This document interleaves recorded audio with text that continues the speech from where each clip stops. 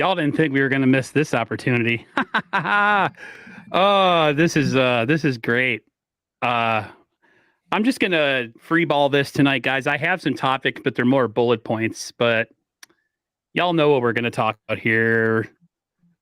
The Big Mouth Eagles got silenced. They got clipped. They got their wings clipped last night. I didn't necessarily care. I'm not happy that the Chiefs won. I wish we were there winning. You know what I mean? Like a lot of people are like, how could you be happy for another team? I'm really not.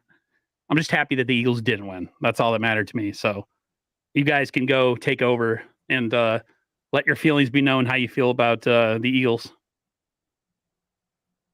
They suck. Yes. They had a really bad falling out. They choked at the wrong time. They were everything their fans said were their opposing team all season long. The fans. Do you think, I just want to know, after you say your piece, do you think fans will learn? Their fans? Nah. Never. Those are that's probably the worst, cockiest fan base I have ever seen in sports. Oh, I mean, it wasn't even this bad when we played the freaking Cowboys back in the day. I mean, they kicked our ass in a couple championship games, and the players might have hated each other, but we didn't have social media back then, Beto, so we really didn't know. But everybody was a tough guy. People were coming into my streams, my live videos, and telling me, I'm a pussy, that I delete stuff. I said, I only deleted comments, bro. I said, because you guys sit there and act like there wasn't a giant asterisk in that NFC Championship game. And I'll give credit. You guys got a super talented, well, at least I thought you had a super talented front and back end, but that was exposed. I think, let's be honest, guys, they're going against a future Hall of Fame quarterback. So there's that, but for all of the junk that they talked, we're not going to put any asterisks for them. They're going to get the full brunt of everybody. So how is it saying hello, everyone? I haven't said asterisks. it. Oh, go ahead, guys. When the accounts are linked, you type in there, it'll show up on everybody's YouTube channel. Yeah. Anything you type in there, that's how it works. Gotcha. We have everybody's channels linked today. What's up, everybody? Yeah, man. I mean, hey, the way those fucking Eagles fans were tossing unopened beer cans at 49er fans in the parking lot, they were the last team I wanted to win another fucking Super Bowl, and they still are. Their fans can pay and suffer for that shit.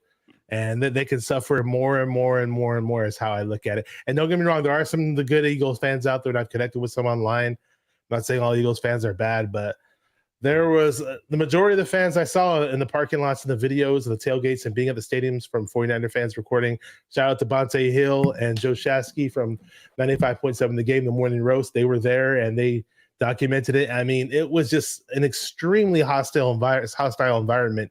I'm not even talking like your typical average NFL hostile environment for an NFL crowd where it was just pathetic. I mean, they were mistreating women really, really bad, and good, and the stuff they do was just literally it's uncalled for. So good. I'm glad Patrick Mahomes and all them won. I mean, yeah, sure it wasn't us, but whatever. If Patrick Mahomes had to be the one to kick their ass in the Super Bowl, hey, so let it be. Yeah, I'm excited that the Chiefs won. I'm not a big Chiefs fan. Don't care for the AFC. Normally, I root for the NFC. But hearing all these crazy Eagle fans and the way they mistreated a lot of Niner fans, the fact that Fred Warner's wife doesn't want to ever go back to that stadium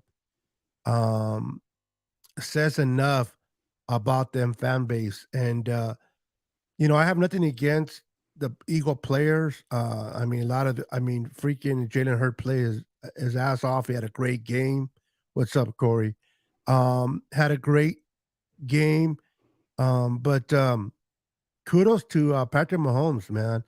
Whenever you have Patrick, doesn't that look familiar? The 2019 to yesterday's game, when we were up 10, and Patrick Mahomes came back and won it. So when I saw that the Eagles were up 10, I'm like, oh wow.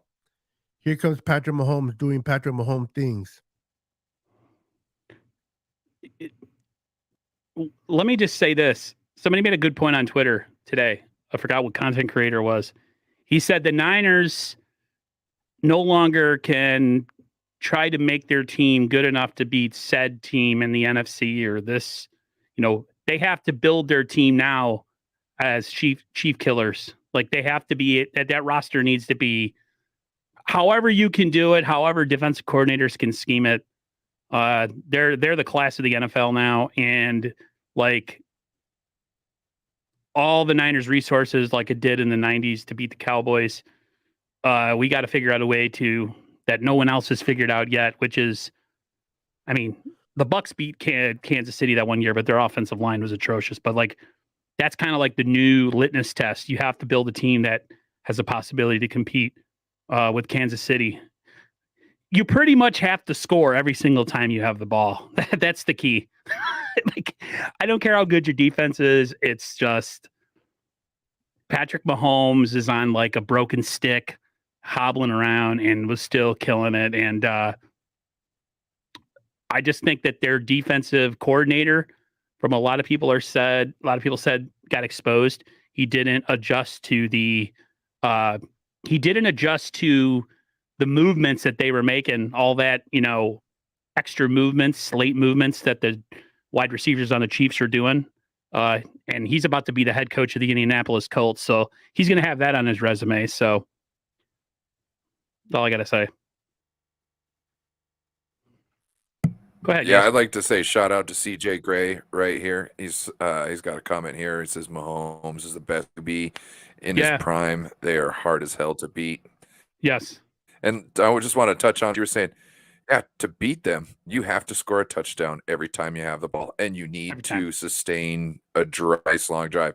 You can't just three plays, and you're down the field, touchdown. You need, if you only got 30 yards to go, you get the ball, you need to take 5 minutes doing it. You know what I mean? Like it's just what you need to do to keep him off the field, and make he has to punt. If you can score a touchdown the moment he has to punt, that's when you win the game. But you won't. Or you got to get turnovers and score off turnovers. Goes off the clock. Exactly.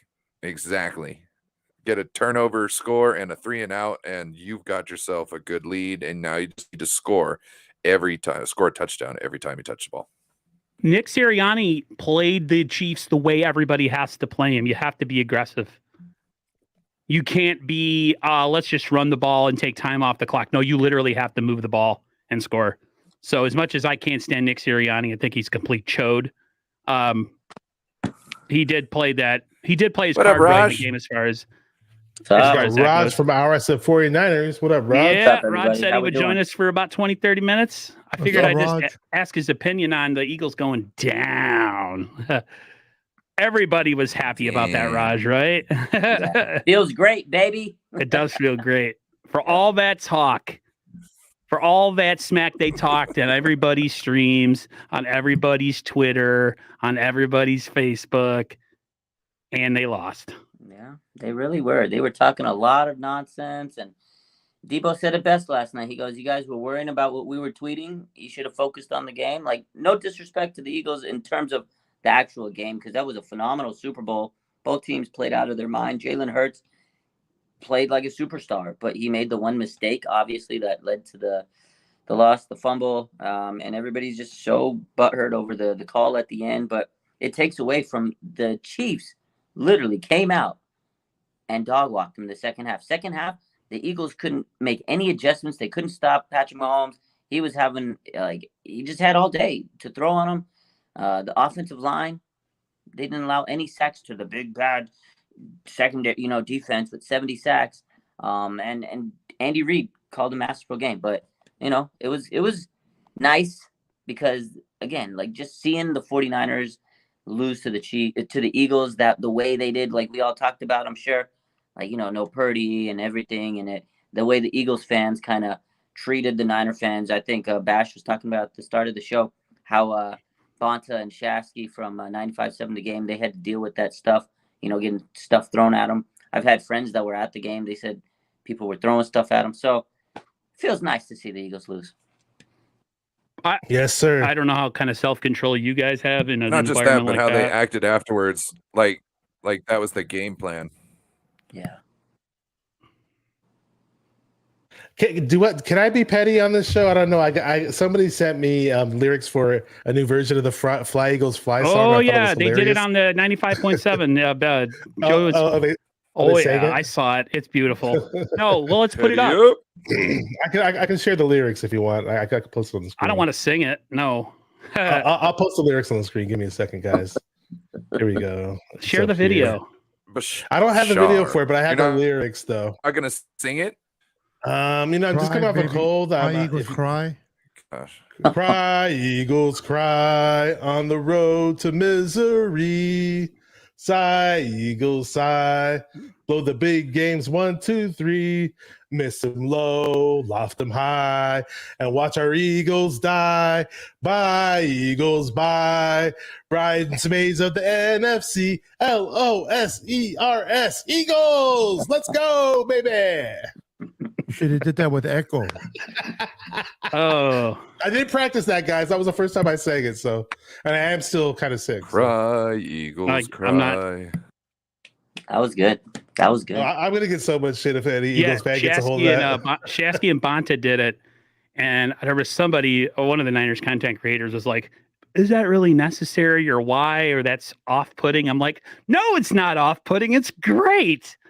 If you can have fun at the expense of a team who talked all that about the 49ers and their fan base and the way they treated people who were at the game, they could eat a fat, you know what? I really don't care." And I'm not going to say it on here because this is family friendly.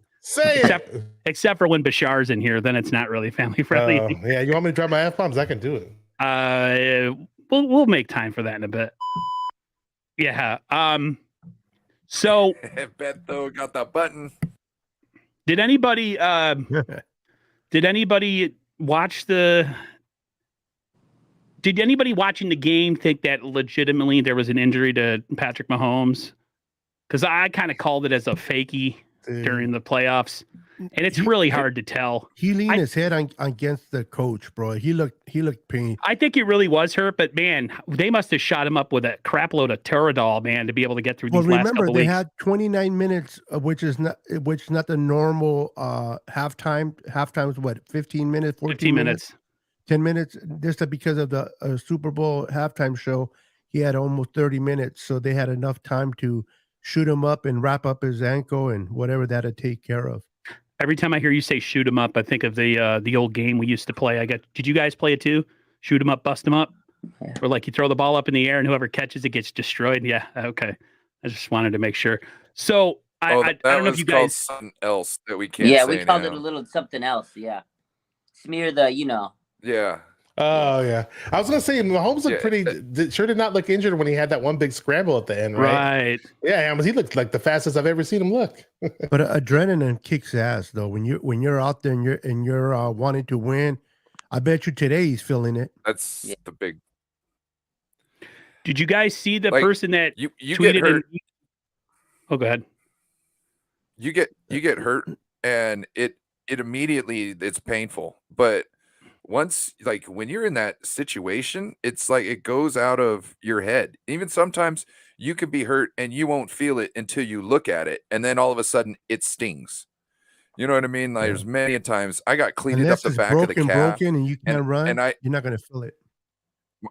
My calf didn't hurt until I looked down and saw my sock was red, right? And then I looked on the back of my calf and I'm bleeding, and I'm like, oh snap, right?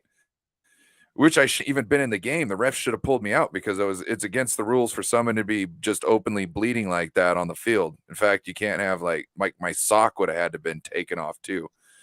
But you know what I'm saying? Like, you don't feel things at some things, yes, you're gonna feel, but like the ankle, him re-injuring the ankle a little bit, like they go in, tape it up, ice it down a little bit. I don't know if they'd ice it, but maybe heat. I don't know. Raj would know more about that. Heat wouldn't help with inflammation. Help. In an acute injury, you want to ice it to get the swelling down. But my take on it was maybe he did hurt it, but I think he oversold it. I think he was selling it. Like, I definitely think he was injured during the playoffs, but he's had the time to rehab through you get the 2 weeks extended recovery time between the last playoff game. the championship game and the Super Bowl. So you got that extra time. I'm sure he tweaked it a little bit, but I mean, head on the shoulder. He was that was Patrick Mahomes. I tell you, that man needs to go into acting after his football career is over because he's a great football player, but he's a great actor. 100%. I was like, damn, this guy is going to be a great actor. He can get away with it because he's a winner. Well, Otherwise, we would call him a I diva. feel like Hall of Famer. it strengthened his game because Tells his you wife had he two loves her. options. You had two options. It was either Wow. the Eagles win and he could be like, oh, well, my ankle, I played through the pain, or he could be like, which the case is now. Everybody's like, oh, it's the ankle game. He played valiantly, the warrior. He came through the ankle, and I think they probably shot. And the NFL loves its storylines. They love it. They love it, and that was the story. Like after the game, I literally saw one of the first things I heard was, "We've heard the flu game. Now we have the ankle game," and I'm like, "Oh man, I knew it. That's it." I told my brother in the divisional play, or no, not even the division. Was it the divisional?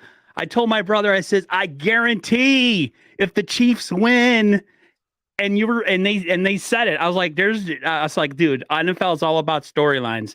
The one thing about the NFL that I did not appreciate, and I know I'm probably alone on this, but man, they really like to freaking suck the life out of the Damar Hamlin story, man. Leave that man be. Let him be home, recovering. Like, I feel like this is just me. I'm kind of curmudgeon-y, but I feel like for ratings and for TV, they really like to bang on stuff that really they shouldn't. I'm not saying it's a bad thing. I mean, I'm glad he's alive, but I always tell people, I'm like, man, they really know how to. Well, now that we're saying he wasn't even the real one. He was because that tattoo was missing on his neck, and he had tattoo on there his was all hand. kinds of dumb things. Yeah, said. Like, wow. We got 9/11 conspiracists. Now we got Damar Hamlin the conspiracist. They milking it, but you're right. Like they love their stories. Again, I think Mahomes had a hell of a game. I mean, that was an impressive beat. I feel he did oversell that injury, but again. Yeah. Adrenaline takes over. You don't know. He probably got a shot of Tartarol at halftime, like Beto said. They had a long both. How good is Toradol for being a physical therapist?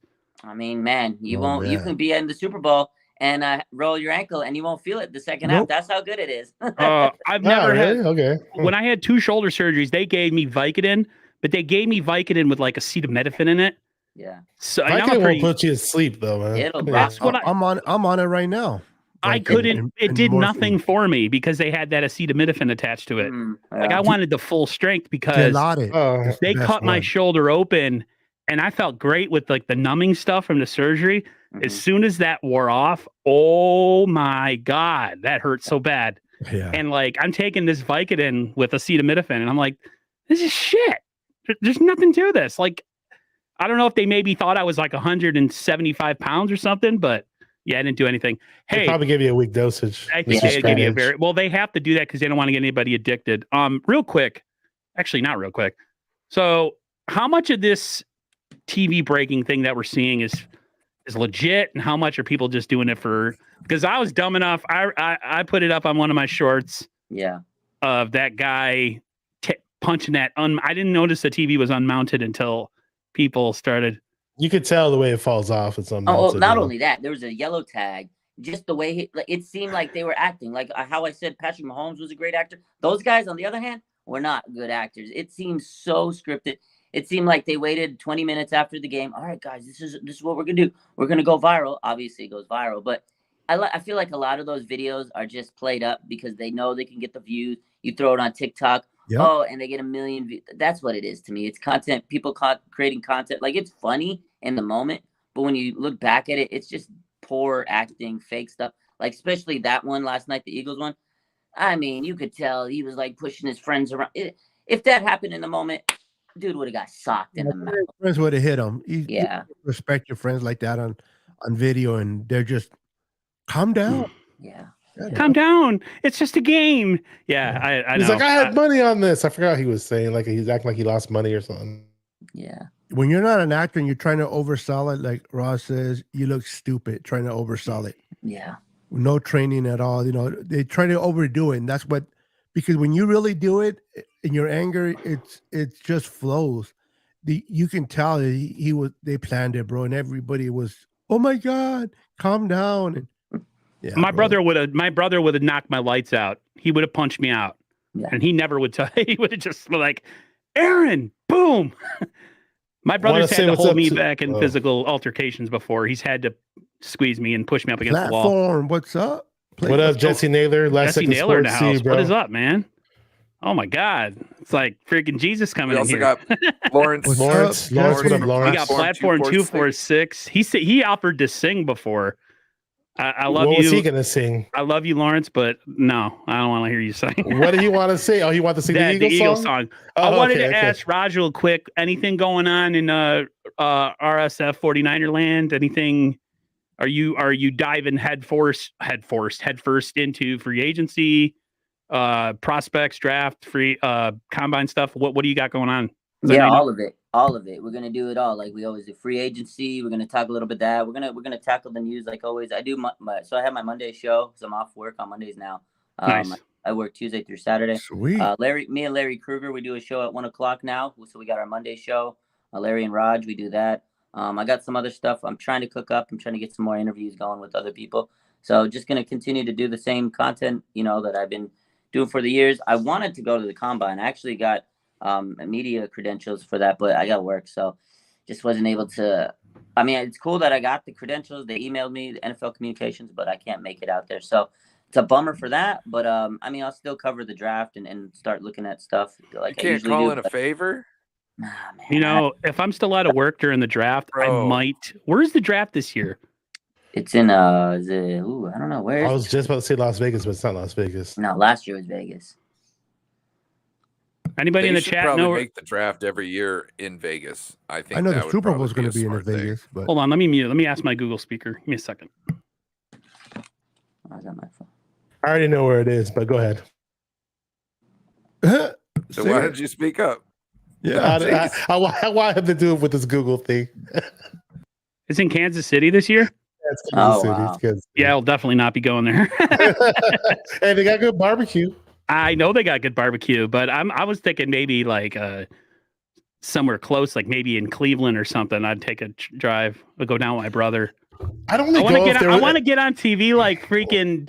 I want to get on TV last year like Breezy did. I saw him twice. I saw him. he didn't even plan to get on TV. No, I that's how my brother was like, I know that guy. He's like, who? I'm like, that dude right there. I said, that's Wayne Breezy. I said, I've had him on my channel. He's like, probably one of the coolest Niners content creators there is. Yeah. He reminds me of a guy me and my brother I've worked with. So I was like, he reminds me of so-and-so. And he's like, really? I'm like, yeah, but a 49er fan, not a Cowboy fan. Because the guy that he reminds me of is a Dallas Cowboy fan. And we don't want none of that. So, yeah. One of these days, I'll get my big ugly ass on television and be like, maybe I'll just give like the middle fingers, like, and then they'll quickly go away from me. But yeah, I'd only go if we had a first rounder, though. We'd have to have a first round draft pick. Any thought on that, Raj? 49ers, do you think they make a move up in the draft? Do you think there's any wheeling dealing? I mean, you can never count anything out with this team. I know a lot of us didn't expect to get CMC last year. They got Mooney Ward. At this point, I'm not going to count anything out. Do I think they'll make a trade and move up in the draft? Possibly. First round, it's hard to see because they don't have a lot of, their earliest is a third round pick. So they'd have to package a player. I don't know if they're going to be giving up on any of these players because I feel like they want to keep their core. But hey, never say never with this team. That's what I've learned over the last couple of years. I'm going to keep an open mind, hope for the best. I wish the draft was in Vegas. I wish I would have went last year. I regret not going, to the draft. Last year was in Vegas, but this year, yeah, Kansas City, I doubt I'd make it. But no, whatever happens with the draft, I'm excited. I know they're not going to stick with all 10, 11 draft picks. I feel like they will maybe move around just to kind of like slide around the draft. I don't know if they'll make a big move to get up, but I do see them making some adjustments in that draft order because that's a lot of draft picks. They got a great team, but I don't feel like all their draft picks would make the final roster. So we'll see. They might move backwards. Yeah. They have holes. They're not necessarily, this isn't like they're not rebuilding, but they're like more retooling. They need to address some key positions, center, right tackle, edge, and D tackle. Yeah. And we also need a tight end who can actually catch the ball and block. to some I don't That'd think be sort of nice. degree. I was thinking about Gesicki, but my brother is like he doesn't block, so that automatically takes him out of Don't the waste your money equation. on Gesicki. You can draft somebody. Somebody's got you got to be able to block at least a little bit. You know what I mean? You got to be Yeah. able to buy some time, but we also need a guy who's got some hands and can run around because Right. it's totally what's needed on the other side of the field or the other side of the formation. Cross Kittle. I wanted to comment on this real quick. Sorry, Beto. It's okay. Tommy Huxley said something about Jesse had a Philly fan on that was a total douche. What was this? I didn't see this. I think he's being sarcastic. Or maybe really? he's not. I don't know. He said, I don't know honestly, Tommy most these Philly days. YouTubers are cool as hell, except for the one Jesse had on. Now I'm going to have to go maybe. back and look for it. And Mariah's here from 49er Faithfully What's podcast. up, Mariah? What up, Mariah? How you doing? Good to have you on. Mariah. I'm Shout gonna be out to live. Mariah. We'll be live with Mariah on Wednesday. Oh, there you go. Nice. You're both from Las Yeah. Vegas. Hey. I know. I didn't realize she was in Vegas till she messaged me. I was like, Vegas? That's my hometown. I'm going to have to crash at Rogers' crib.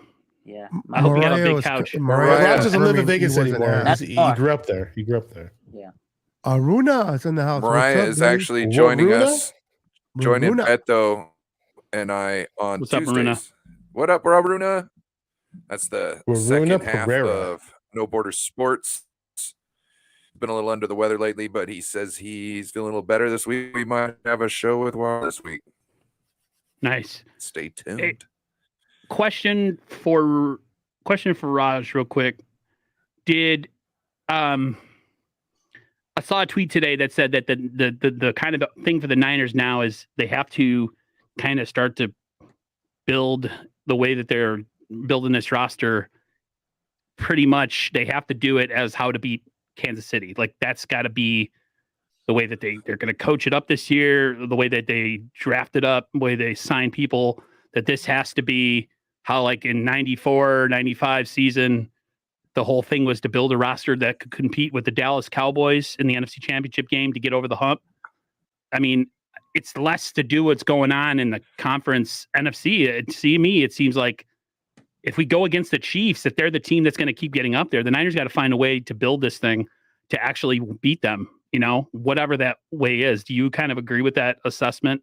Yeah, 100%. Actually, that's exactly what Larry Kruger and myself talked about today on our show. That was like literally our topic. I mean, it wasn't the main, like that wasn't the only thing we talked about, but that was like our major topic. And we both said like, hey, look, obviously the 49ers, we want them to get back. We got to re-sign some players, like you said, retool, maybe get some edge guys, some interior linemen and offensive line. But, and the NFC is one thing, but I feel like the 49ers are still on top of that NFC with the Eagles. Like those are the two teams.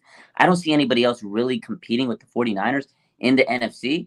So if the 49ers get to this point, NFC Championship, and they can springboard to the Super Bowl, I don't really see anybody else in the AFC coming out of that other than maybe the Bills, maybe Cincinnati. Like those two teams have a great shot to take down Kansas City, but I see Kansas City making it for a while. Like they have a great coach and a great quarterback duo. And you saw Philly last night. They couldn't stop those guys. I mean, Patrick Mahomes was getting the ball out of his hands less than like 2.20 seconds. Like he was getting the ball out quick. He was stopping his dropbacks and throwing early. It was crazy, man. So, like, if the 49ers are going to win the Super Bowl, like, yes, they got to beat Philadelphia. Yes, we got to get through the NFC.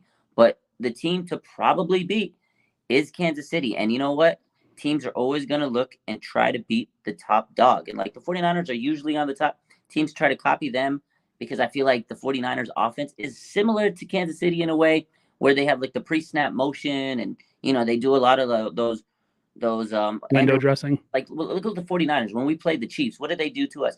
It was end around to McCole Hardman, like almost every play. We couldn't stop it, but that's the 49ers. Similar concept, So, yeah, I think honestly, it's not just to beat the Chiefs. I mean, obviously you got to be able to compete and take out the Eagles. I mean, that's something we got to make sure we can do. But in order to beat the Eagles, it's just fortify the trenches so they can get to our quarterback. That to me is it, because we could have beat them had our quarterback was healthy. So then, if we get past that obstacle, how the hell are we going to beat the Chiefs if that's who we meet in the Super Bowl? Because they even beat us this year. And again, when the players were being asked, it was a fair assessment because the Niners played both teams, the Eagles and the Chiefs. And the Chiefs, out of all the teams, probably whooped us the bet. Like out of all the teams we played, that was the worst loss we had this year. I mean, the Chiefs came in, crushed us at home.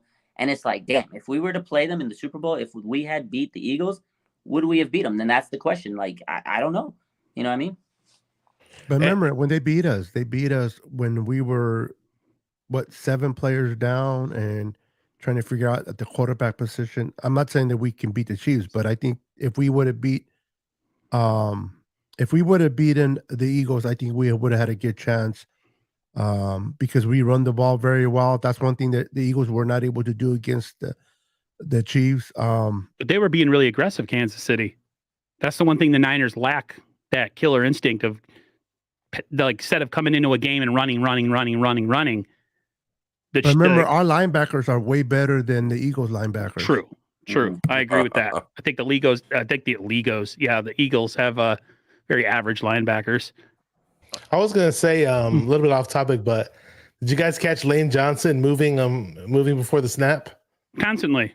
What he does. Yeah, and then the announcers were like, "Oh no! You guys may think that he's moving before the snap, but he's actually like a center. He knows when to move when the center does. Like, get the fuck out of here, dude." No, he's a cheating fuck, and he was moving before the snap. He did it again. And how many times did they have delay of game? Oh yeah, and they didn't call it. And it right? wasn't called to the like one second time. half. I was Yeah, they Yeah, called they it called one it- time. I was screaming. I was like, how many delay games is that? They called it one time. Well, Was it you like got to that against the remember that the 49ers clock too, in though? the clock in the arena, the clock in the stadium, and the clock on the television. There's always a delay. But yeah, they don't. Man, yeah, I noticed that too. I'm like, delay game. I can't remember which show I talked about this. I used to be a ref, right?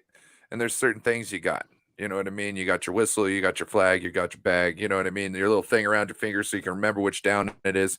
That's why if you ever look at the refs, if you ever notice there's something like a rubber band or something around a finger, this is first down. So if the rubber band's over this one, this is second down. If the rubber band's over this one, this is third down. And anyway, they need a little buzzer. They need a little buzzer here that's synced up with something that when it goes buzz and the ball isn't hiked, that's a flag. You should be standing there with your hand on your flag, like, well, because you're already waiting for an offsides or this or that. Usually the line judge is standing there with the thing on the thing. He should just have a buzzer on his wrist.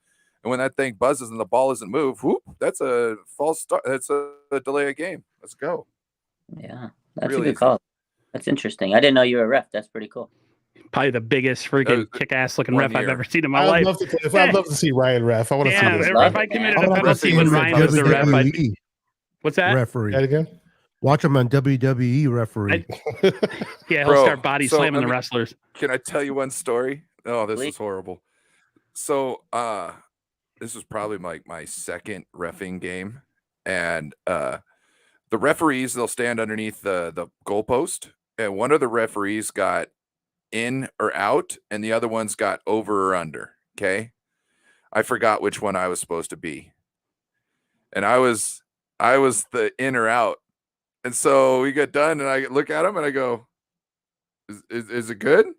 And he's like, yeah. And I was like, okay, we're good. Oh my God.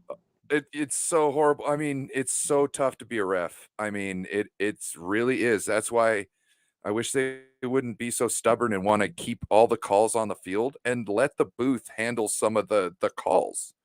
You know what I mean? And let them manage certain calls and let the booth nitpick the other ones. You know what I mean? Speaking of calls, how'd you guys like the call at the end of the game? Thought it I was thought you were good. going to ask about Greg Olson. It was holding. It was. Oh, that was pass Bradbury interference. He grabbed him confirmed on the jersey. I mean, Olsen was gaslighting everybody. The fact that he said that, I feel like made everybody, oh, it's not okay. He wanted controversy. And if you look at the play, he changes trajectory of his route. And he actually, it was a whirl route. when they replay it, it's that second burst after his route break where they're saying, oh, it's like not that much of a hold. Actually, before he even gets into that route, he's all up on him. And he admitted, like, the point is, the player, Bradbury, admitted he held. He says, I tugged on the jersey. It is what it is. I thought I'd get away with it. Point blank. And I think people were saying, you don't call it at that point. Yes, you call a critical penalty at a critical point in the game. Unless it's Michael You Crabtree can't mug against somebody Baltimore. at the top of their. You can't mug somebody at the top of their route and then hold them, and then just because there's 1 minute left in the game and get away with it. That is not okay. That's bullshit. That's it. Yeah. 100%. I got a lot of And arguments. if the referee misses it, they say they missed a holding early or pass interference earlier in the game, you can't, the referees don't sit there and go, well, I missed earlier, and if I call this one, are they gonna, they call it as they see it, and they saw, and it's very evident the way he held. I mean, if you're gonna hold somebody, wear white gloves on a white T-shirt. Don't be wearing green gloves where everybody can see your hands. So Yeah. The If refs, they the put- refs should be on the phone with New York at any moment in time to where they can throw a flag for what they know they saw. And if they think they saw something that impacted the play on, like that side of the field, like if they see what looks like a face mask from the backside, okay, I can't call it as a face mask on the backside. But what I could do is I could go, hey, Booth, can you check to see if there was a face mask on the ball carrier on that play? See, that's what they should do. A little bit more communication, make things in line, because people get upset that the game ended on a controversial call. But if they don't call that penalty and then review it and people are like, oh, that's a blatant miss, then we would have been pissed off for another reason. Like the Chiefs fans would have been mad. So you're not going to make people happy. There's rules. You can't just, my argument was people are saying you can't call that at that moment. You absolutely can, because it's a critical point. It's a critical game. Like this was the most intense Super Bowl we've probably seen in 2 decades. Now, honestly, you have to make the right call. It sucks for the fans of the Eagles because you don't want to see it, but the players shouldn't have broke the rules. It sucks. You just shouldn't have broke the rules. And then 49er fans start bringing up the how Crabtree was held in that Ravens Super Bowl, and he said he tweeted it. I saw that he tweeted it. Yeah. Anybody see the tweets that said that this was a horrible Super Bowl because there was no defense? Anybody catch that? Who said that? Not saying. It was a horrible Super Bowl because of what? There was no defense. Wow. It was a fun Super Bowl to watch. Actually, I I thought enjoyed it was it. very fun to watch. Yeah, I'm not going to not drop names, but I saw that and I was just like, come on, dog. Really? What do you want, a 10-3 Super Bowl? You want the Patriots versus the freaking Rams that one year? Get the hell out of here. That's crazy. Yeah, man. I liked it. I enjoyed it. I had a fun time. It is what it is. it was a very good game on both. I mean, Jalen Hurts played out of his mind, bro. He played very good football. Real quick, they wrote a good script. The field. How bad was that field last night, man? It was pretty bad. The paint, like I've never seen that giant ass emblem in on a field before, where it was affecting. I mean, there was slipping going all over on both sides. Hey. It seemed to stop for the Chiefs though for a while. What did you guys think of that?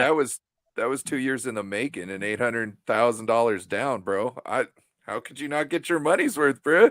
That's when I thought the Niners grass in the last part of the season, the one they replaced, was some of the best grass I've seen in an outside stadium. I mean, it was beautiful.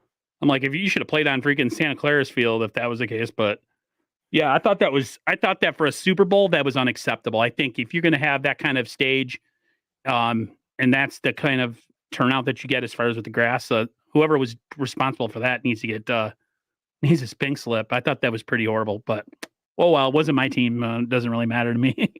Yeah, no, the field were horrible. I mean, 2 years in the making, and that was the product you got. I mean, fortunately, the players didn't say that was because I feel like the Eagles fans, they were like, yeah, you know what, the Chiefs had to play on it too. But it did suck because you saw them changing their cleats all the game. You got the kicker slipping. If he would have slipped and tore his ACL or something, that would have been absolutely horrible. He did twist his ankle. He just didn't hurt it. But he didn't get hurt. If he would have got a massive injury, if I'm the kicker, I would have sued something. That was crazy. But yeah, you gonna do what Reggie Bush did when he fell on that track in that one stadium? Sue the stadium. I'm suing the stadium, whatever I can sue. Oh man. Anybody? What do you guys think of the halftime? I don't really care for not. I say Beyonce. You said we're about to say Beyonce. Yeah, I don't really care for what's her face. Pregnant Rihanna. Yeah, I didn't realize she's pregnant. The only song I like from her is the one she did with Eminem. Hey, check this out. Her pregnant baby that is on her unborn baby made the Super Bowl before the Cowboys have. So, boom. Everybody was saying that. Guys are all about jokes. Don't mess it up, Bashar. Sounded good, bro. Leave it alone, eh? I thought I know she's got a crap ton of hits. She got a crap ton of hits. She does. And they're good. And I just an old wish man. there would I'm have bitter. been I seen a meme earlier, and it was like a bag of jumbo marshmallows all around a green mat, and there was something in the air, and there was a cinnamon gummy bear on it, and I was like, it just reminded. I wish they would have the dancers and this and that. I wish they would have changed up per song. Like, I don't expect pregnant Rihanna to have to go through all this and that. You know what I mean? But I would like to see like different. It looked different between songs or some. Like it all looked the same. There wasn't really much music playing. It was. Did you ever see when Beyonce performed? And her thighs were looking hella big, and somebody made a meme of her as the incredible, like She-Hulk. Wow! And I thought it was hilarious. Well, they called Rihanna Andy Reid up there. Was that Andy Reid? Oh, that's horrible. Nah, she's pretty, man. I don't like her music. They were but talking about her because she's pregnant. I don't think they were talking about it. That's really messed up. She held it down for being someone pregnant. She hasn't performed in 7 years. I think she did a good job. I know music is so subjective. People use it. Like, but what are you doing up so high being pregnant on those that was scary to me. That fact she was up on that platform all the way up there. I like that. I like that how they did that though. I thought that looked really cool. I gave her props. Cool. The only person I would like to see, or people that I would like to see at a halftime show, but they'll never do it because they have a certain way to do things, is Metallica. Oh yeah, that'd be cool. They wouldn't do that. They already said like they would never do a halftime show because Metallica's. He said James Hetfield said that Metallica just does things a certain way, and if they had to do like a shortened version or something, it's just their concerts are just they're blocked and segmented. They don't do mashup versions of their songs. Have you been to a Metallica concert? Never have. I almost went to one in New York in Yankee Stadium. He gets the crowd going by. Come on, fucks! Come on! Like as they're going.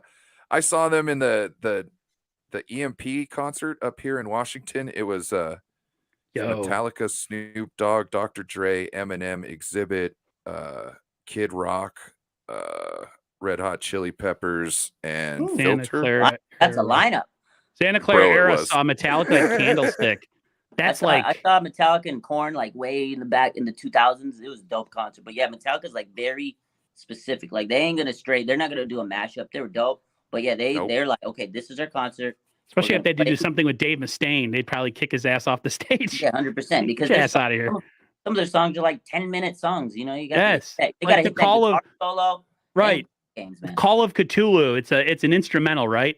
Yeah. It's like 10 minutes on the Ride the Lightning album. Yeah, it's just an instrumental.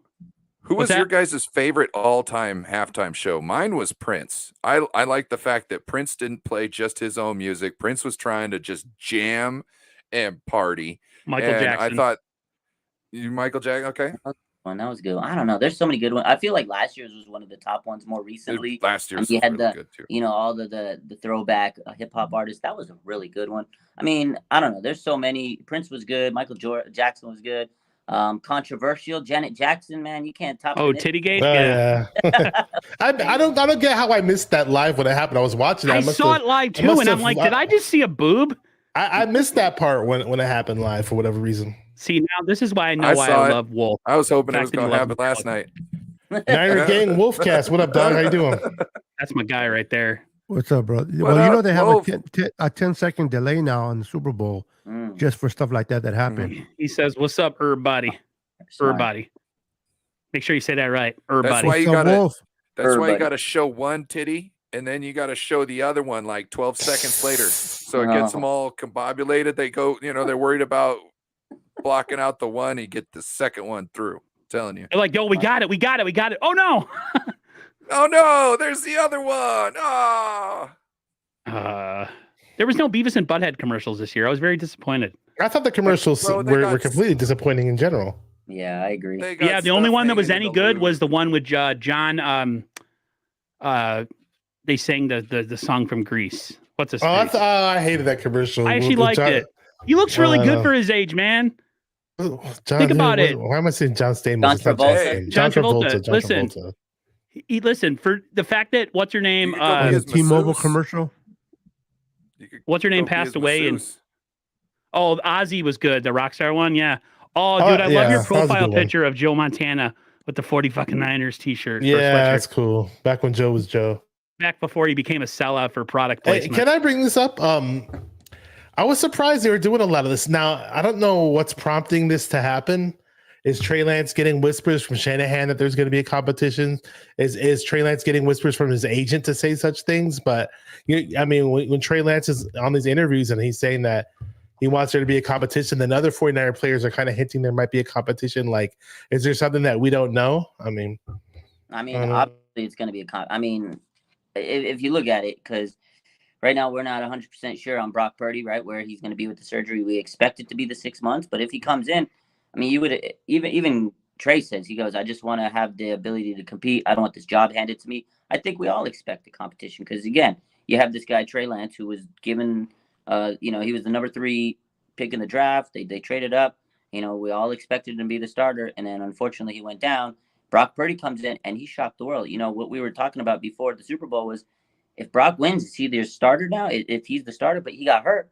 So now you're right. There is definitely, I think it's an unspoken kind of what's the word I'm looking? It's like an unspoken like truth right now that people know. And Kittle, when he was talking to the media last week, and Bosa, they kind of threw it out there that it's probably going to be a competition. Yeah. So I think, like, not like something that Kyle said, but he hasn't really committed to a quarterback. And knowing Kyle, the way he's kind of ran this team over the last couple of years, it's going to be a competition without a shadow of a doubt. So let the best man win. That's how I look at it. I have no favorites, even though I am a Trey Lance guy. Comment. If Brock wins, Brock wins. That's how I look at it. Yeah. I'm of the mindset that you can't lose your job to injury. I don't know, man. Like Brock just, I don't know, man. He instilled something in me that I hadn't had in a long time watching 49er quarterbacks. Yeah. I'm not going to say he's Joe Montana, okay? So people can freaking ease off. But he always gave when I watch Joe and when I watch certain other quarterbacks like Tom Brady, there's never a sense of like the game's over. It's always a sense of just give me another chance. And that's kind of, and I don't know if Brock Purdy's play style is sustainable because of just his lack of arm and his size and, maybe the fact that he could be injury prone if guys take a whack at him. I don't know, man. No, Jimmy, stop it. But at the same time with Trey Lance, he really, to be honest, he really hasn't had a fair shot. And it's no fault against the organization or him. It's the way that's the way the cookies crumbled. Listen, I just want the 49ers to win. Like Beto says, I cheer for what's on the side of the helmet. I don't cheer for on the name on the back of the jersey. I'm a 49ers fan. I'm not the San Francisco Trey Lance or San Francisco Brock Purdy. So I love Brock Purdy, though. I'm not gonna lie. If he would have won a Super Bowl this year for us, I would have bought a quarterback jersey. I haven't bought a quarterback jersey in over 20 years. I think the last one I had was Joe Montana. So, wow. So welcome to the Terror Dome. What's up, Terror Dome? He says both Brock and Trey are outstanding young men and great teammates. Yep. Selfless and they take responsibility. That's all we can ask for. Yeah, 100%. That's it. At the end of the day, Brock will get stronger in the offseason. Once that shoulder or elbow heals. Unfortunately, he won't get taller, but he can definitely get. I wish I was stronger. a little bit taller. I wish I was a baller. Can I just say that Jalen Hurts played his ass off yesterday? He surprised me. He surprised me, man. I have no hate against him. For as much as I can't stand Eagle fans and some of their players and the coach, Sirianni could eat a big dick, man. I'm so this man straight up gave a middle finger to the ref, and the quarterback. What are you doing, man? Sirianni's whack. I can't stand that dude. What a douche. Yeah. He embodies what Eagles fans are, by the way. My gosh, dude. I got into fights with people like that growing up who were so cocky and mouthy, and then I would just like slug them in the teeth and then they'd stop talking. You know what I mean? Like what'd you say? Yeah. Whack. He was a nut. He's a douche. But you know what? You're right. Jalen, man. Jalen played great. Respect to my boy, Jalen. Mad respect. His ass off. Yeah. And that's why I told my brother, I was like, Jared, if Trey Lance gets an opportunity, that's what I think a lot of fans are trying to say is like, it took time with Jalen Hurts before he became what he was. Yeah. And we just haven't seen it from Trey ever. It's unfortunate. And and unfortunately in the NFL, it's a meritocracy, dude. You can't where you're drafted and whatever, doesn't matter if whoever gets the best chance to win. And a lot of these 49er players freaking are all about wanting to win now. And, you know, they all seem to be kind of more on the Brock Purdy train. And you can't blame them because the windows close very fast. That's so it was closing, and they saw what Brock essentially took him to the NFC Championship this year on his first year as a starter. So it's like, okay, we saw what he can do. We don't know if Trey can do that. We don't have time to hold his hand and let him develop, wait for him to develop. I think this is like their thought process is we don't have time for him to develop. We want to win a Super Bowl because Kittle's not going to be playing for forever. You know, he's not going to be in his prime forever. Debo, Trent Williams, all these guys be in their peak right now. They're still in this like peak form, but every year you break down, get a little bit weaker. It takes a toll out of you, man. The fact that we've been this close so many years is just playing like, long seasons. Yeah. I mean, it takes a toll out of the fan base. I can only imagine the players. So that 49er group that was here with Harbaugh, by the end of that 3-4 year run, guys were broken. And it happened with Seattle too. Yeah. You have all these seasons that go well into January, almost February for most of your career, or like a 4 or 5, 6 year stretch. You're done. Especially the way that those guys were hitting, you know, like freaking Chancellor and all those guys were insane. Yeah. And they all paid the price with their bodies. All of them. Willis, Bowman, Chancellor, Sherman. Go ahead.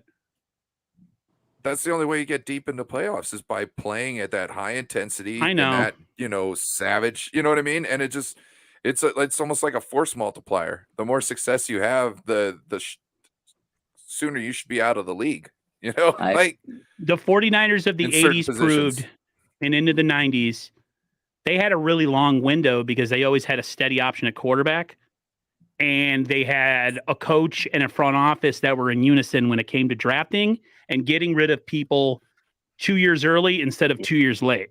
Yeah. It's not a feel-good business, man. Like, it's a business. Hey, you've performed really admirable for us, but we got this young cat that we want to see what he can do.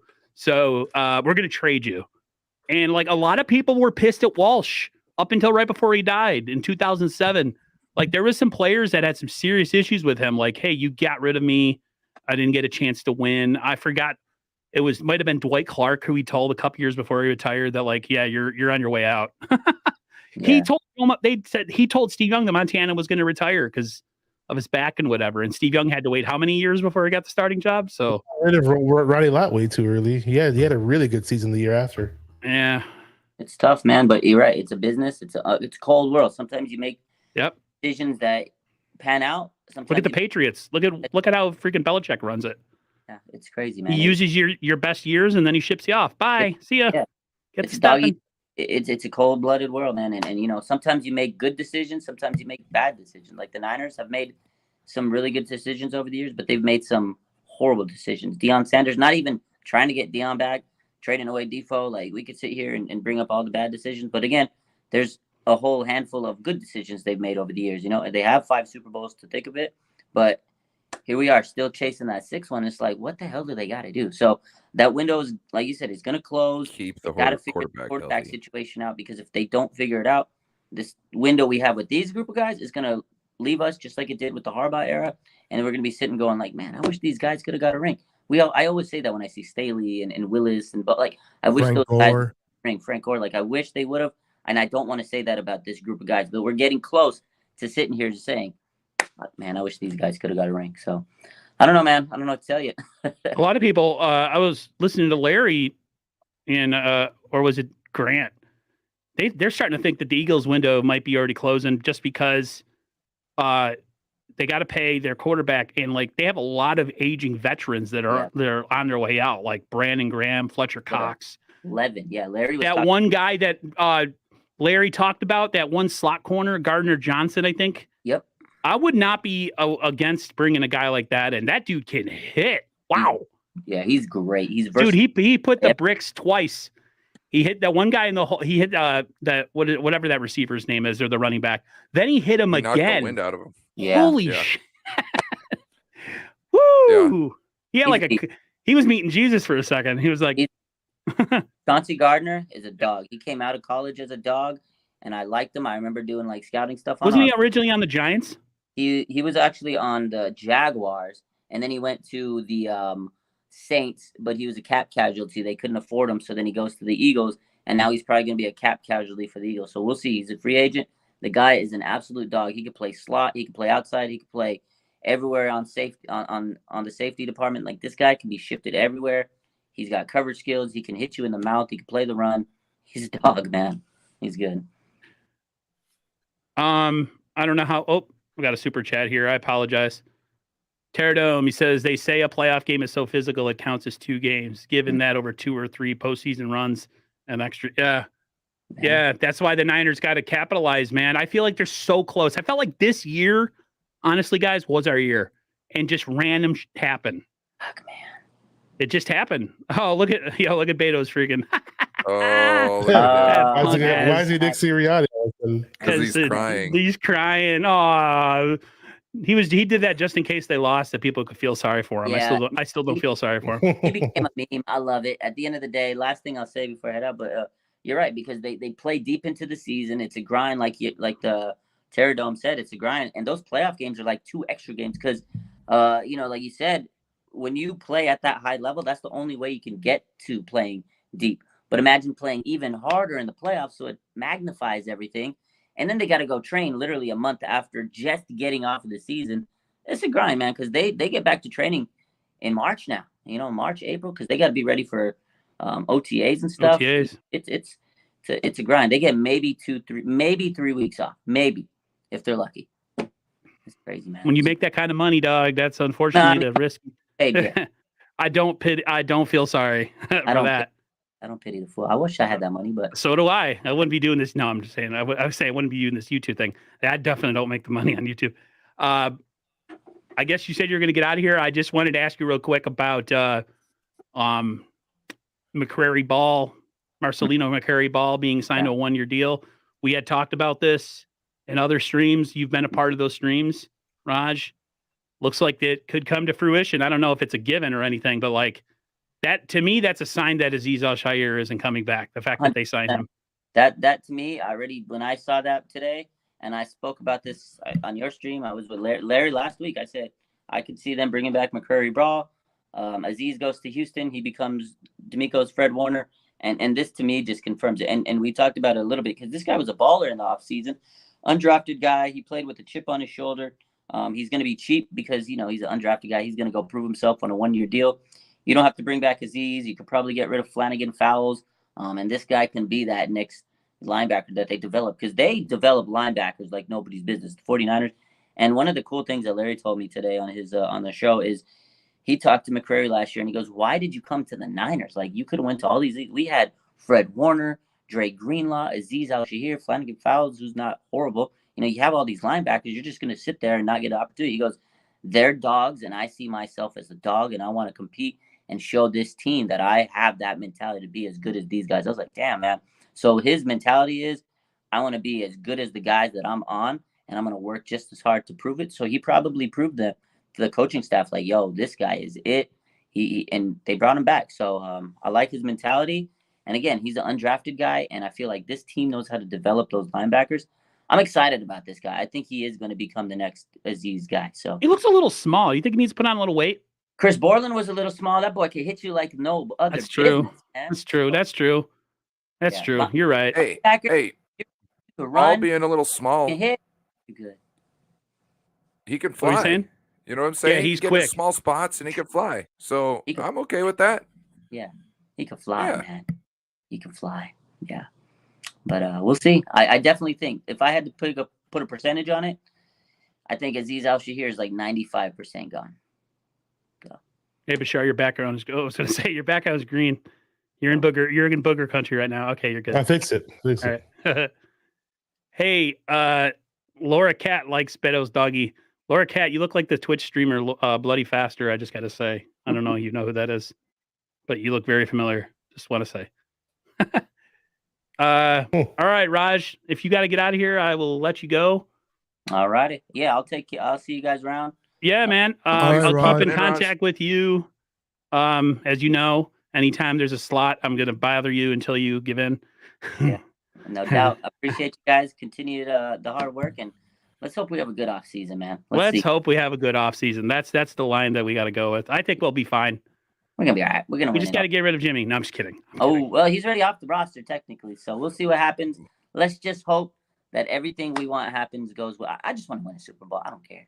That's all I care about too. Anyways, I'll see y'all around. All right, brother. homie. See you, Raj. Take care, man. Take care, guys. Yes, sir. Raj from IRS at 49ers. You guys know him on Instagram and YouTube. He's the best. He is great, and I'll say this, and I mean this respectfully. He's big time, but he doesn't act big time. He acts like everybody else, and that's all you can ask for. When you see Raj in person, he's the same guy you see on YouTube, so nothing different. Real quick, guys, we got a couple topics. Looks like Bobby Slowick, passing game coordinator for the 49ers, is now going to the Houston Texans to be their offensive coordinator. There was something that I was talking to somebody about, and that I said that the Niners, the one thing the Niners have wrong with them is that they keep having all these assistants that are so sought after that they never have any continuity in their coaching staff. It's great and all, yeah, especially if they're a minority candidate, all that stuff. But it's like, I like continuity. I felt like the Niners during their heyday, man, they had massive continuity.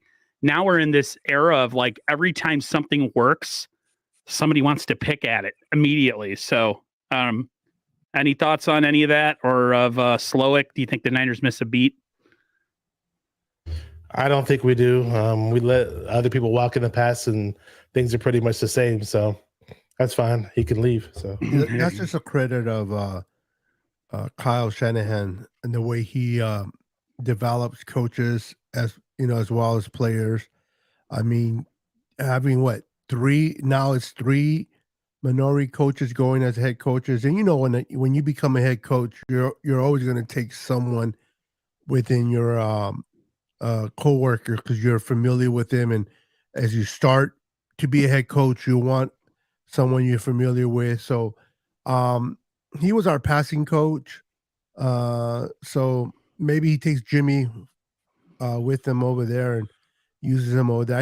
I think Kyle will find someone to assist him in that position. I'm not worried about it.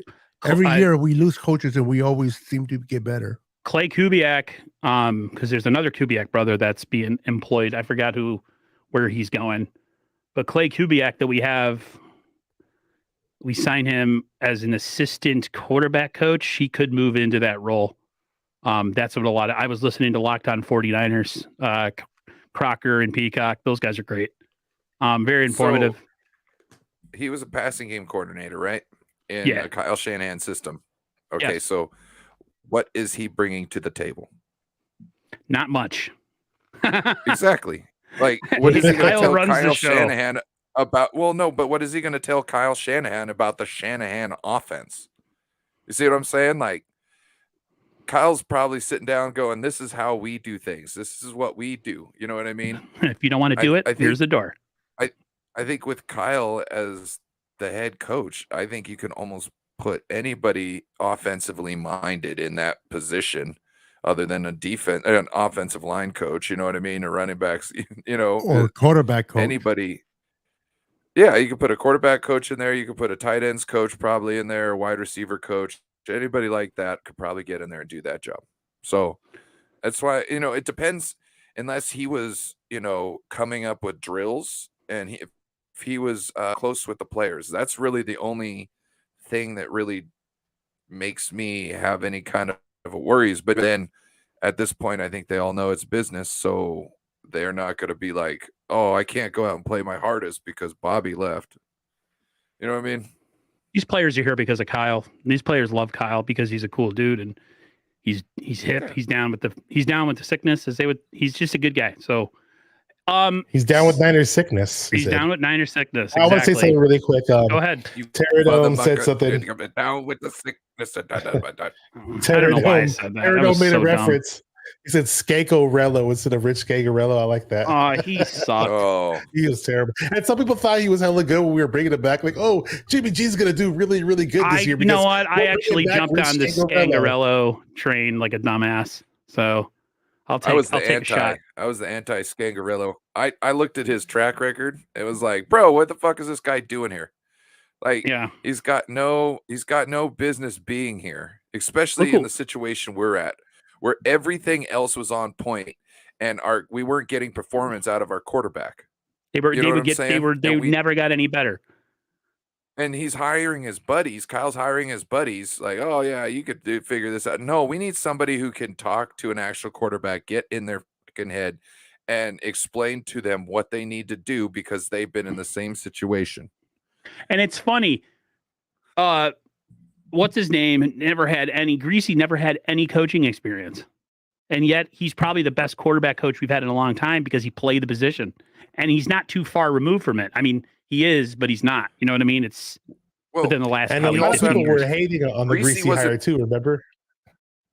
Well, Greasy wasn't a good player too, right? So good players don't most necessarily make good coaches. Right. It's usually the crappy guys. Yeah. Exactly. So Brian Greasy had to play at the level he could, which wasn't as high as most quarterbacks in the era that he played.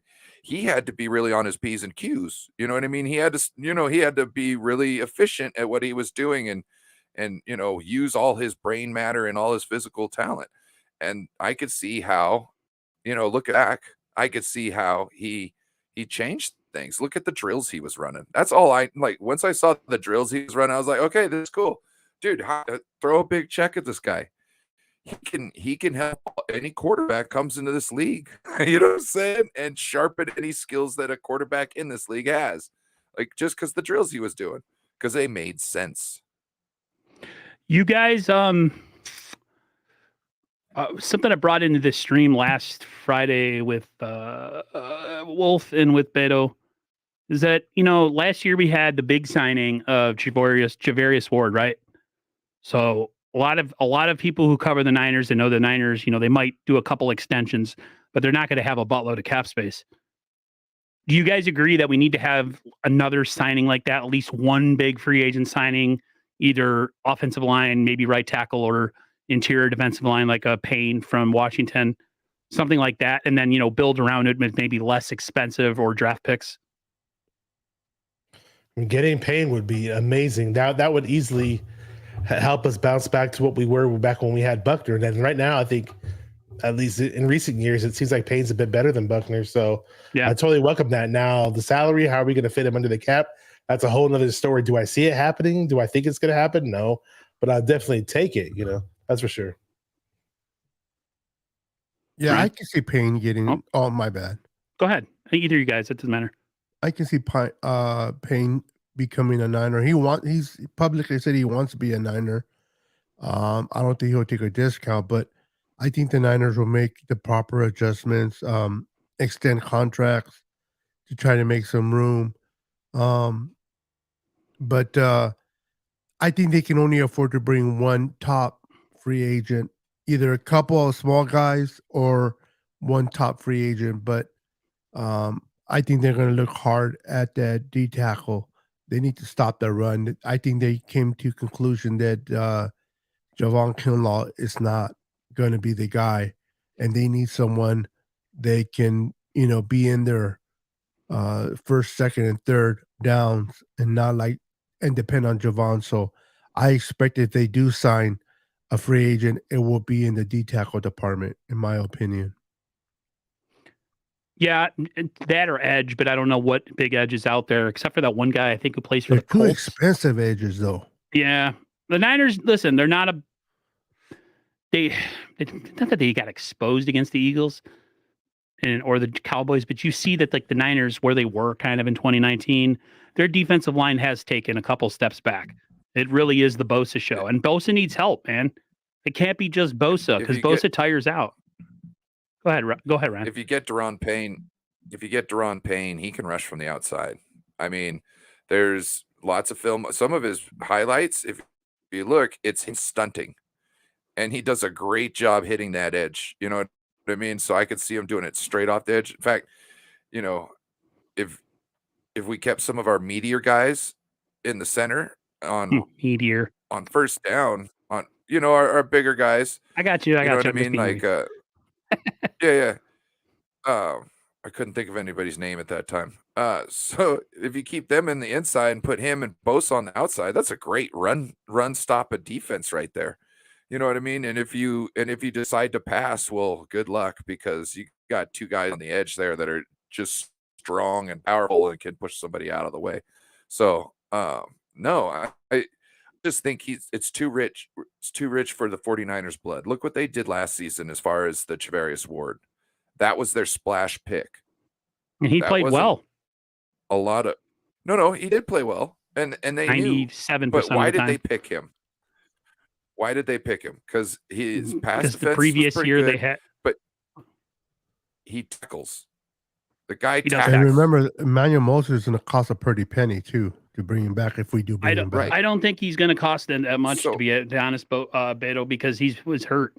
You kind of lose leverage when And you're injured.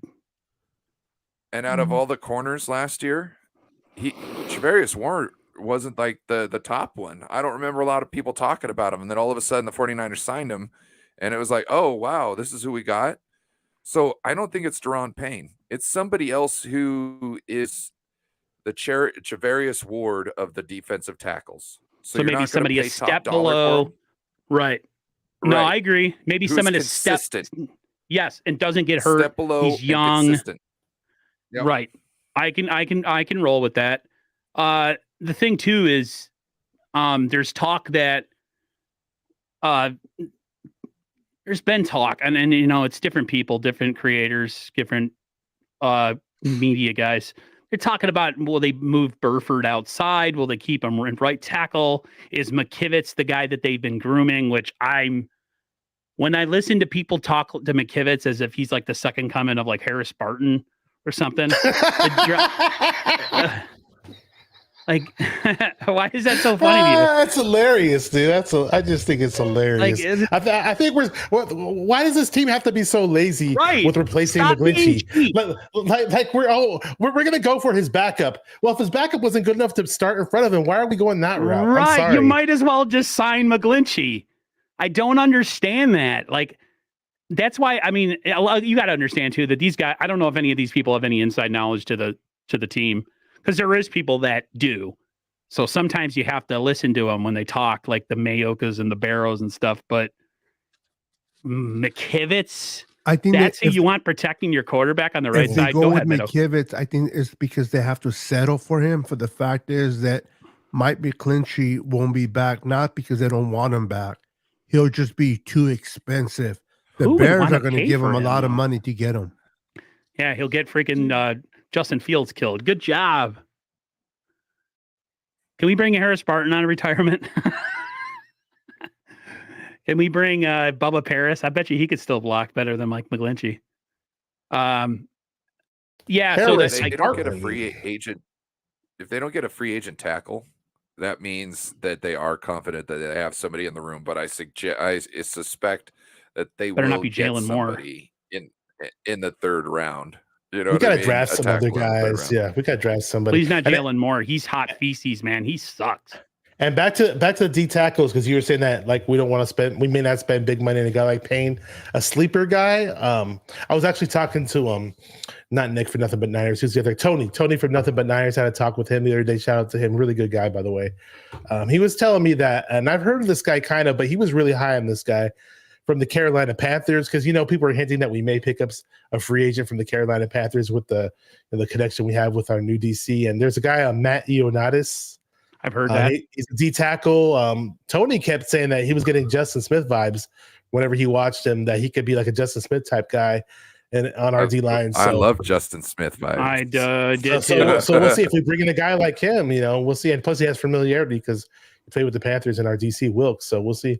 Justin Smith reminded me, if my dad ever played professional football, the amount of upper body strength and just pure freaking moving heaven and Your earth. dad should have played football. You keep talking about them like he's a He mountain of was a man or so, something. dude. Listen, he was a fat guy. He was always kind of a fat guy. But my dad, he was only about 6 feet tall, which is not short, but it's not like he's not a giant either. He had the upper body. I mean, you never heard the saying, and I'm sure Ryan, he's a big guy, and Beto, you're a big guy. We're all big guys. Farm boy strength, where just somebody has like strength that you can't really understand. Like they're just super strong. Yeah, he worked at like a place where like they would unload mattresses, like full mattresses and other stuff out of like this. And he would do all of it by himself. Like he never got help. He could put cement bags on his shoulders, 100-pound bag. I mean, it's just like, dude, before he passed away, we used to arm wrestle consistently. Okay. He was dying and like I still couldn't beat him. And I'm 33 years old. My dad's 59 and he was just ragdolling me. And I was like, I don't think you've ever lifted a weight before though. I've never lifted weights. You got to remember, dude, I was 100 and something pounds until I was 25. I was a skinny guy. When you said he could do it all by himself, I was thinking about Little John. You could do it all by yourself. You sounded like Willie, or what's his name? The saxophone player, the Satchmo. What saxophone player? Louis Armstrong or whatever. Oh, Louis Armstrong. Oh, it's not my best. That's not my best Little John impression. I'm kind of off cold. Never arm wrestle a mechanic. What a wonderful world. Yeah. And I think to myself. Did you guys ever see the great Satchmo? Did you guys ever see the Jim Carrey bit when he was first in the comedy? He did his impression of Sammy Davis Jr. Probably the funniest. I did. I've seen it. Jim Carrey, when you do it weird, I didn't like Jim Carrey's weird, exaggerated faces, though. They were kind of like annoying to look at. But he's funny. I like just when he did the Sammy Davis thing. Did I say saxophone? He says he plays the trumpet, dum dum. I'm like sorry. Louis Armstrong played the trumpet. Okay. Marcus Johnson says what all of us have been saying for years. We should have kept Buckner and let Armstead Marcus go. Marcus Jackson. Sorry, Marcus. I just don't think that McKivitz is the answer at right tackle. I can't. When I see people tweet all that stuff, and they tweet it like on numerous times. Who said we should have kept Buckner and left? Oh, Marcus. Come on, Marcus bro. Jackson. Yeah. I'm not a big fan of Armstead, but there's no way we would have kept Buckner for $20 million a year. Tripping. Yeah, I know, but tripping. You're not gonna pay someone. He's not even that good. I think he's overrated personally. I think he's consistent. Yeah, but not for the money he's getting. He's getting Aaron Donald money, but he's not giving you Aaron Donald production. He's not Aaron Donald. And the one thing about Buckner that I didn't like, he was getting pushed back in the Super Bowl in crunch time when we need him. We need somebody to make some run stops. I don't know if you guys remember that, but I was getting pissed watching that game. I wasn't always a big fan of him either, only because I felt like one, he's just a really nice guy. As I felt like Chris Jones. Chris Jones is an asshole. Chris Jones, the tough motherfucker. You can tell. Yeah, him and their defensive end, Kansas City, Frank Clark, another a-hole. Clark too. Aggressive jerks. You got to have a couple of those guys on your defense. That's why I like Greenlaw. I hate Greenlaw for that, and I like him for that. Sometimes I'm like, dude, what are you doing? But the fact that like him and Jimmy Ward will take unnecessary roughness penalties, because if I was a player in the NFL, I would be that guy. I would kick slide feet first into a quarterback and get ejected, because it's just, I feel like quarterbacks that can run and deke defenders and act like they're going to slide and not go down, I think that's pussy ball. And I feel like you need to get hit. I'm sorry. That's just chicken stuff, man. Like, oh, look, I'm going to slide. No, I'm not. You should be able to drop an elbow right into their chest for that. But seriously, though, when it comes to football, like if a quarterback's running and he slides at the very last second, there's no way in hell you can stop your momentum when it comes to shit like that. And referees need to take that into account. I'm sorry. No, they never. Well, now you see what the new rule that they're trying to get rid of, guys. The new rule is so stupid that they want to do. The one that got Mahomes' ankle snapped, and the other one that got the. Or was it Jimmy Ward that Jimmy Ward made the tackle or something like that? On the Cowboys running back, that particular tackle where you use your body weight and drop onto someone's ankle, they're going to try to eliminate that too. Yep. So we're going to be like flag football, like the Pro Bowl now, huh? That's what they want to do, huh? You know what? Hey, you know what they need to do with quarterbacks in the slide? Quarterback needs to give themselves up 2 to 3 yards early. You know what I mean? Once you see somebody get like 3 yards from you, if you're going to slide, you have to do it then, because it gives them time. If you don't do it within that time and they hit you, no penalty. No penalty. Go ahead and play that game. They shouldn't treat them like runners anymore. They should treat them like normal runners. My brother will watch games with me and be like, I freaking hate that. Because he's a Dolphins fan, right? So he watches Josh Allen do it all the time, where you run, drop real quick. And like, my brother's like, they should not be allowed to do that. That's not fair. Like, last second, and then because like, then they can right then they as can the like guy comes over them, they're throwing their hands up like it didn't bother them. They're just looking for the flag immediately. Like, I just got hit. yeah, it's not that to me is garbage. I hate it. It's garbage. It's garbage. It's garbage. Yo, Beto. Yeah, I'm just watching my Lakers get their I ass sent you a kicked right message now. in the private chat. Yeah, they want funny are your Lakers voices. losing? Yeah, they're getting killed. Good. Great to hear. But we beat the Warriors.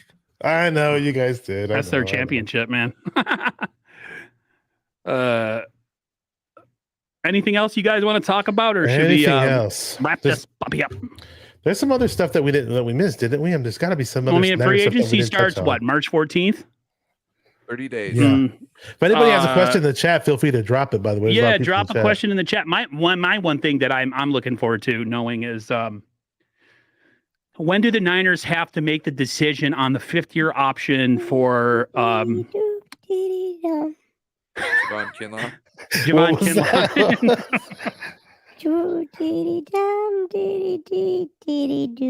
Somebody left their child in the chat. Like, what the fuck? Oh my god! So I guess it's what Ayuk and Kinlaw are the two guys. Does anybody know that? Oh, should I do the "Cry Eagles Cry" song with the echo this time? No, let's get the video. I want to get the video. Where's the video? Who did? What is It's it on my 95.7? Twitter. It's on my Twitter. Okay. I'll look for it. Hang on. Oh no. So you're so horny. You're gonna get us banned. No, that's not good. What the hell? Not good. Did you say your Bills haven't won anything since 96? 98, son. 98. I was a Bulls fan until Jordan retired. I know this. 98. They beat freaking Utah. Come on, dog. All my friends hated the Bulls. All of them. Me too. They were like, man, Bulls suck. I hate Jordan. Iverson's better because of one crossover he made in 1997. I'm like, oh, like, really? That's the premise? Jordan with the pose. Yeah, we don't count the days. We don't know. Where is it on your Twitter? I'm looking right now. Hold on. My tweeter. How about Debo? What was that show that Debo was on where he was sitting around with LaShawn McCoy? He said Bradbury was garbage. Yeah, he said Brad. Debo trash. You know, it's one funny looking dude. He looks like a cartoon character, and the way he talks to, I don't know. He just like that guy cracks me up. I can't take him seriously when he's in a conversation with people. Whatever the stuff he was saying. He got that smile like he's not serious, but he's saying stuff that is totally 100% serious. I love it. Debo cracks me up, man. Debo's hilarious. Like he said trash. Trash. Like he doesn't think about it for even a second after he says it. Like it's true. They were trying to get on him. Who they wanted to make him pick a quarterback. Did you guys see that part where they were trying to put him on the spot? Who does he want? Who would he rather have, Jimmy Trey or Brock Purdy or whatever? All right, I retweeted it. You should be able to see it. Okay, give me a second. But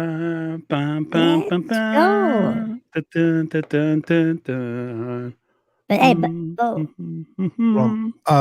Debo and Ayuk were right about exposing that defense for the Eagles. How they saw holes in that defense, and Patrick Mahomes and Andy Reid were definitely able to expose that defense. They had 0 sacks for the most sacked right D-line. They didn't do crap. They made it.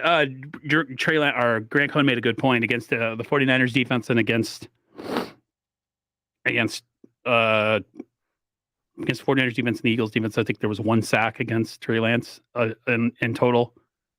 All right. It's muted. Spadoni, you got the mute? Our Fast 5 question will be, who is your Super Bowl MVP? But first, pull up the song. Let me know when you all got it. All right, let's do it. A 1, a 2, a 1, 2, 3. Cry, Eagles, cry, on the road to misery. Sigh, Eagles, sigh, blow the big gates, 1, 2, 3. Miss them low, Loft them high, and watch our Eagles die. Bye, Eagles, bye. Bright face of the NFC. LOSERS, Eagles! Dude, Bonte was like I love so that maniacal. Shit. Love that shit. He was like, wah! That was fun. That was great. That was great. Oh my gosh. They deserve it. They talk so much. Their fans are just they're Their from fans hell, are insufferable. Were they doing did they have a parade where they were chanting F the freaking They were Chiefs or something? saying fuck Mahomes or some shit, or they were doing something. Yeah. Feel bad for Mahomes. His dumbass brother got on the field and did some TikTok. Oh, man. So did he? it's just I didn't see that. I did not want to see Mahomes' can't. brother. I didn't see I it. I didn't see it. Oh my gosh. I don't I know like he- Mahomes' wife Such a- or his brother. His wife sprayed champagne over people a couple years ago Yeah. in the AFC Championship. I would have chucked a beer bottle into the freaking press box, dude. If some, especially that the Niners jacket, a lot of us have the gold one, the one that costs a bunch of money. Yeah. That Faithful to the Bay jacket. Somebody sprays champagne on that, they're getting a bottle upside the face. I don't care. Sorry. That singing is terrible. Bashes was better. Yeah, it was pretty rough. Thank you, Mariah. We appreciate it. Mariah, it wasn't about the song. It was about what was behind it. Mariah, I'll And- do it again on my channel this week, maybe tomorrow or Me and something. Mariah. Just for you. Me and Mariah. Go back like baby's pacifier. Older dog, no liar. Come on, Beto. Beto's freaking pissed off at his Lakers. He's in a trance. It's time You were to down learn. by 20. I'm definitely looking forward to. I just got to say this, and we can get out of here. I'm definitely looking forward in a couple weeks for free agency. Even though we're probably not going to do. I know we're all the same. We're all the same when free agency starts. Mahomes' brother is Tekashi 6'1" or 6'9" for the NFL. Pretty much. Good shit, That's Pterodon. Tekashi 69 is terrible. That's kind of makes sense. Yeah, I agree. Or there's what is the other one? The one, the mumble rapper. What was his name? Lil Yachty. I hate those new mumble rappers. I know Sorry. you somebody always say I love that rap and guy hip hop, was but not the new talented. stuff. No. Oh, Grandizer. Well, I haven't saw some you of here in a it's while. good. What up, What's up, G? Grandizer? Long time no see. What up, Grandizer? Grandizer. I thought you had another word there. I was like, what's going on? I was like, what? What's going on, rascals? Hello, Bashar, No Butter Sports. Oh, what am I? Chopped liver? Fuck. So, hey, real quick, guys, with Mahomes getting his second ring in 5 years. No, he's not better than Montana. No, I don't know. Well, he's in the class of Montana with having the multiple trophies and multiple MVPs. True. Yes, I agree with that. Get class to be in. But no, I was going to say, you think he's a Hall of Fame already? You Yeah, think he got two into the Super Hall of Fame Bowls. with that Yeah. extra? Yeah. Yeah, he is. 2 Super Bowl Two wins, Super Bowl- 3 appearances. Yeah. That's pretty good. And 5 Oh, NFC championship games. here we go. How is Patrick Willis not being elected into the Hall of Fame? Not enough years, bro.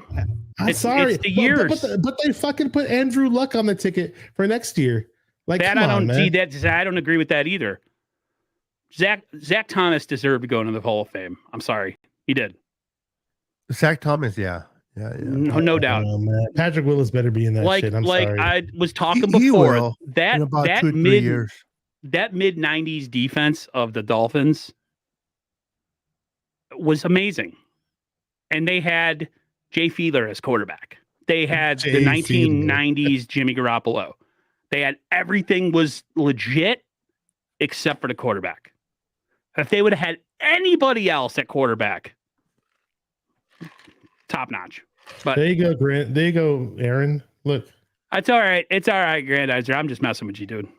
But we haven't saw you in here in a while, so I appreciate you hopping in. Eli shouldn't be in the Hall of Fame.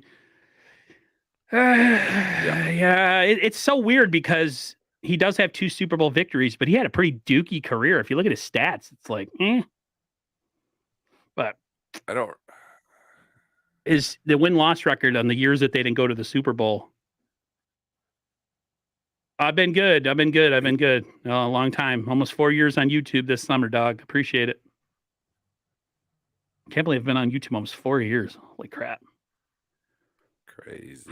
How long did I do just audio videos, Bash? At least the first 2 years. I don't remember. I used to do like the wave stream, like the little wave, that little tickly thing. Tick, tick, tick, tick, tick.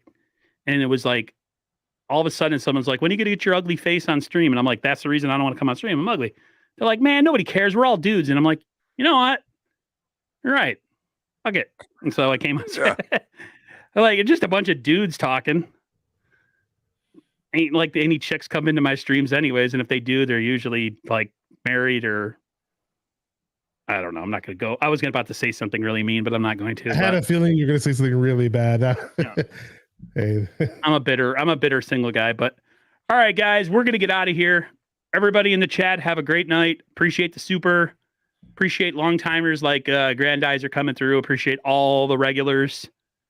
We'll try to keep this thing going as long as there's news to talk about, or if not, we'll create news. Me and Ryan are still in the process of doing this other channel. I'm just trying to it's like I don't know, trying to figure out because we want to create a new channel, but I might put it through this channel, use the community tab or whatever, or use this channel as a kind of channel to get it started. If you guys like movies, 80s stuff, video games, old school 90s and 80s music, all that kind of stuff, definitely. Bye, Beto. Bye, Beto. Definitely come through. But yeah, we're gonna get out of here, guys. Everybody have a great night. Peace And out. we'll talk to you later. Thank you.